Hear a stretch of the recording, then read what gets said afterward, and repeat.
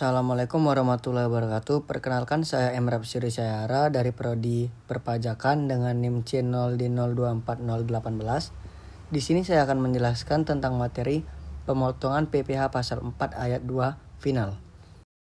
Latar belakang. Pajak merupakan sumber penerimaan penting bagi negara untuk membiayai pembangunan dan pelayanan publik, di mana pajak penghasilan atau PPh termasuk aspek utama yang dikenakan atas setiap tambahan kemampuan ekonomis wajib pajak.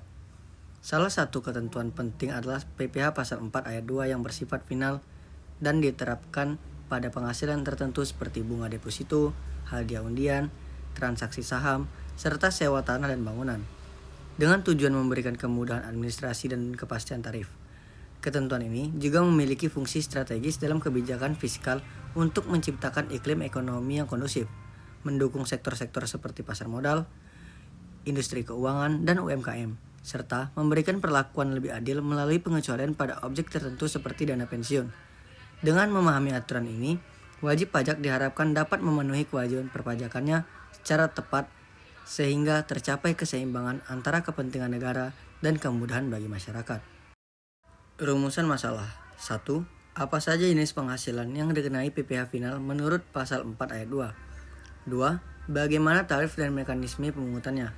3. Apa tujuan penetapan PPh final terhadap penghasilan tertentu? Tujuan. 1. Menjelaskan ruang lingkup PPh pasal 4 ayat 2. 2. Mendeskripsikan tarif dan mekanisme pemungutan masing-masing objek pajak. 3. Menganalisis tujuan kebijakan PPh final. Pengertian dan ruang lingkup. PPh pasal 4 ayat 2 adalah penghasilan atas jenis penghasilan tertentu yang bersifat final, yaitu dipotong sekali saat penghasilan diterima dan tidak digabungkan dalam SPT tahunan. Pajak ini dikenakan pada penghasilan yang memiliki karakteristik khusus, seperti bunga deposito, hadiah undian, sewa tanah dan bangunan, transaksi saham, jasa konstruksi, dan jenis penghasilan lain yang diatur pemerintah. Dengan sifat finalnya, ketentuan ini memberikan kepastian tarif dan kemudahan administrasi bagi wajib pajak serta pihak pemotong. Menurut DJP, penghasilan yang dikenai PPh final mencakup bunga deposito, tabungan, obligasi, surat utang negara, simpanan koperasi, hadiah undian, transaksi saham atau sekuritas di bursa. Pengalihan hak ini atas tanah dan bangunan, jasa konstruksi, serta penghasilan tertentu lainnya yang sesuai peraturan pemerintah. Tujuan kebijakan dan karakteristik. Penerapan PPh pasal 4 ayat 2 sebagai pajak final dilakukan untuk memberikan kepastian tarif, mempermudah mekanisme pemotongan, serta mendorong investasi dan minat menabung. Kebijakan ini juga bertujuan menyederhanakan administrasi pajak dan menjaga stabilitas fiskal. PPh pasal 4 final ayat 2 bersifat final sehingga tidak digabung dengan penghasilan lain, memiliki tarif serta mekanisme pemotongan khusus sesuai aturan pemerintah, dan umumnya dipungut melalui pihak yang ditunjuk DJP agar pengawasan lebih efektif. Dasar hukum. 1. Peraturan Direktur Jenderal Pajak tentang Surat Keterangan Domisili atau SKD untuk keperluan tax treaty yang mengatur tata cara penggunaan tarif lebih rendah. 2. Penggunaan terkait prosedur pemotongan dan pelaporan, seperti peraturan mengenai penggunaan ibu pot. 3. Peraturan terkait transaksi khusus, seperti pemotongan atas premi asuransi, pengalihan harta, maupun transaksi derivatif. Objek PPh pasal 4 ayat 2. Penghasilan berupa bunga deposito dan tabungan serta diskonto SBI dipotong PPh final. Termasuk di dalamnya adalah bunga yang diterima dari penempatan di luar negeri melalui bank yang berdiri di Indonesia atau cabang bank luar negeri di Indonesia.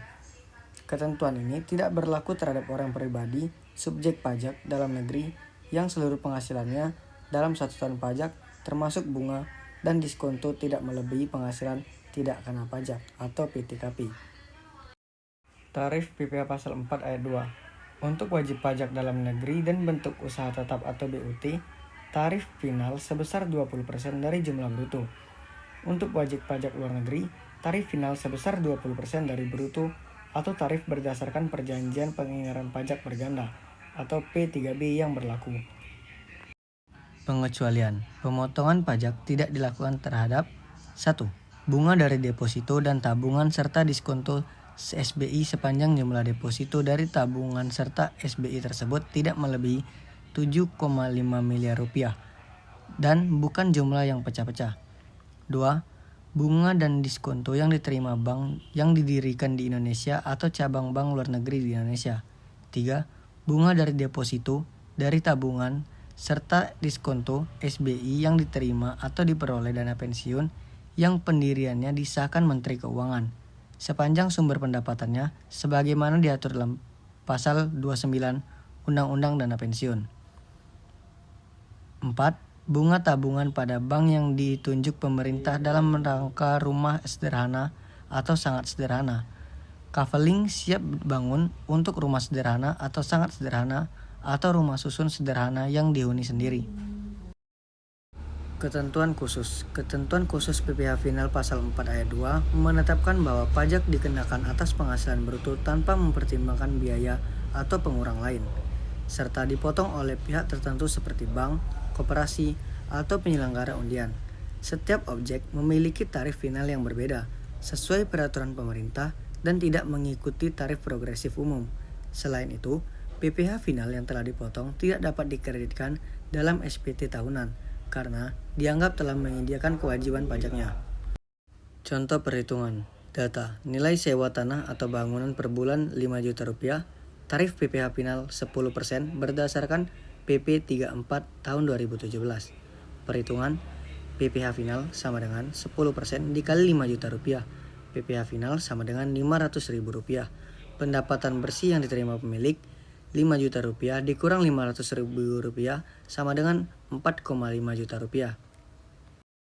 Kesimpulan, PPh Pasal 4 Ayat 2 merupakan ketentuan perpajakan yang memberikan perlakuan pajak bersifat final atas jenis penghasilan tertentu, sehingga proses pemotongan, pemungutan, dan pelaporannya menjadi lebih sederhana serta memberikan kepastian tarif bagi wajib pajak. Pajak final ini diterapkan pada penghasilan yang memiliki karakteristik khusus seperti bunga deposito, hadiah undian, transaksi saham, serta sewa tanah dan bangunan, sesuai dengan peraturan pelaksana yang berlaku. Di samping menyederhanakan administrasi, ketentuan ini juga berfungsi sebagai instrumen kebijakan fiskal untuk mendukung pertumbuhan ekonomi, mendorong investasi, serta menjaga stabilitas sektor keuangan dengan memahami dasar hukum, tujuan, dan karakteristik PPh Pasal 4 Ayat 2 Final. Wajib pajak diharapkan dapat memenuhi kewajiban perpajakannya secara tepat, sehingga sistem perpajakan dapat berjalan lebih efektif, adil, dan efisien bagi seluruh pihak. Baiklah, mungkin cukup sekian saja materi yang dapat saya jelaskan. Jika ada salah kata, saya mohon maaf. Wassalamualaikum warahmatullahi wabarakatuh.